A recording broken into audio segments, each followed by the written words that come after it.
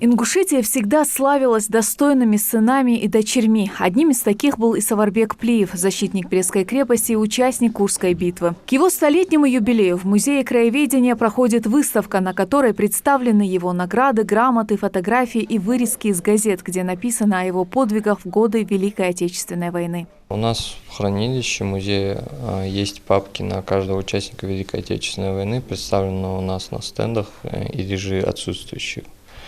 И вот из этой папки у нас в самой выставке представлены фотографии с Плиевом Сафарбеком Марсаевичем, его наградные листы, также вырезки из газет и некоторая личная информация в виде автобиографии и многое другое. Родился Саварбек Плиев в 1919 году в селе Плиево. После окончания военного училища пограничных войск НКВД имени Кирова в городе Орджоникидзе был направлен в Западный пограничный военный округ заместителем начальника пограничной заставы. Спустя несколько месяцев Саварбека Плиева назначили начальником заставы 17-го краснознаменного пограничного отряда.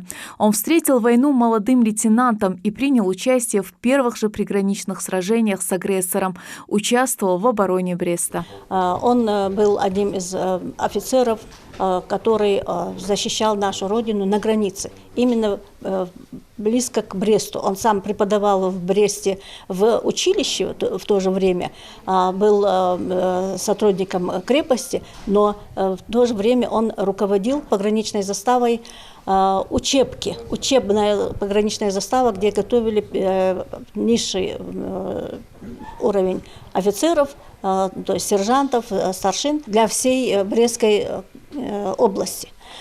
И войну он встретил одним из первых.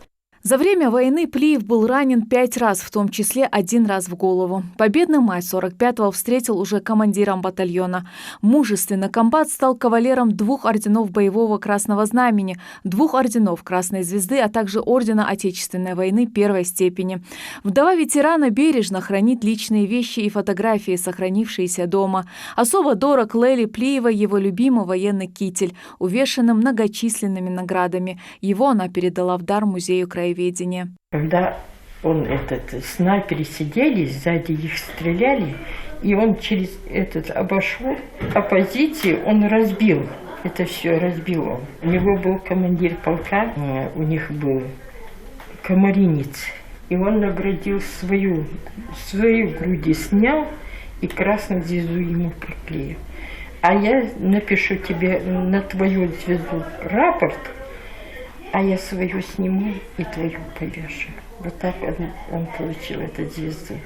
Из поколения в поколение передаются обычаи и традиции пограничной службы, в которых заложены принципы памяти и поддержки сослуживцев, отдавших своей жизни за мир и спокойствие на нашей земле. Военнослужащие, офицеры, кадеты и школьники стройными рядами выстроились на плацу пограничной заставы в Таргиме. В торжественной обстановке отметили столетие со дня рождения героя войны Плиева Саварбека Ларсаевича, чье имя носит застава. В пограничном управлении по Республике Ингушетия не было такого пограничного отделения, которому было бы присвоено имя героя-пограничника.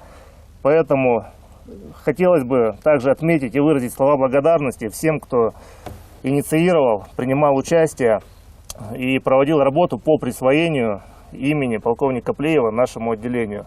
Память и подвиги Саварбека Плиева в годы Великой Отечественной войны навсегда останутся в сердцах многих людей. Он был человеком чутким и отзывчивым, который в жизни старался не обидеть родных и близких ни словом, ни делом. Не стало Саварбека Плиева в 2013 году. За свои 94 года ветеран успел не только внести свой бесценный вклад, защищая Родину в годы Великой Отечественной войны, но и воспитать несколько поколений настоящих патриотов, для которых командир Плиев стал примером на всю жизнь. Светлана Томова, Майрбек Миржоев, Новости 24.